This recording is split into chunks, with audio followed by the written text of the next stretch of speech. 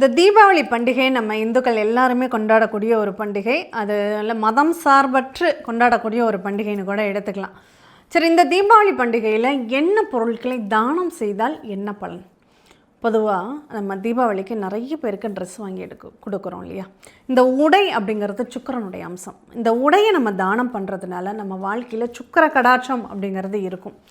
சரி, அடுத்து பட்டாசு. இந்த பட்டாசு வாங்கி கொடுக்கறதுனால இந்த பட்டாசுனுடைய கிரகம் என்ன அப்படின்னா செவ்வாய். அந்த ஒரு சப்தம் அப்படிங்கிறது அந்த செவ்வாய் ராகு தொடர்பு.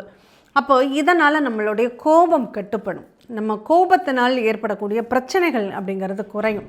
அடுத்து நம்ம சகோதரர்களுக்குள்ளே அந்த பொருட்களை கொடுத்து உதவுகிறோம் அப்படின்னா அங்கே அந்த சகோதர ஒற்றுமை செவ்வாயை திருப்திப்படுத்துகிறோம் அப்படிங்கிறது அர்த்தம்.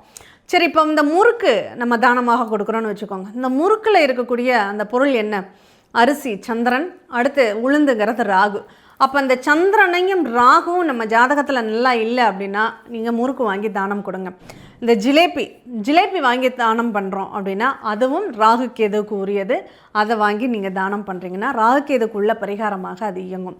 பொதுவாக ஸ்வீட்டு கொடுக்குறோம் அப்படின்னா உங்களுக்கு திருமணம் சார்ந்த அந்த ஒரு சுபகாரியங்களில் ஏதாவது தடைகள் இருக்குது, தாமதங்கள் இருக்குன்னா அவங்க ஸ்வீட் வாங்கி தானம் கொடுக்கலாம்.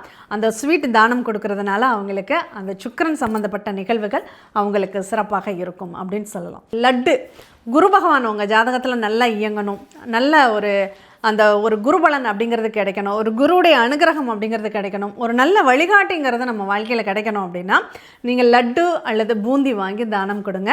மைசூர்பா, இந்த மைசூர்பா கொடுத்தீங்கனாலும் அந்த குருவுடைய அனுகிரகம் உங்களுக்கு, குரு கடாட்சம் அப்படிங்கிறது நிறைவாக இருக்கும் அப்படின்னு சொல்லலாம்.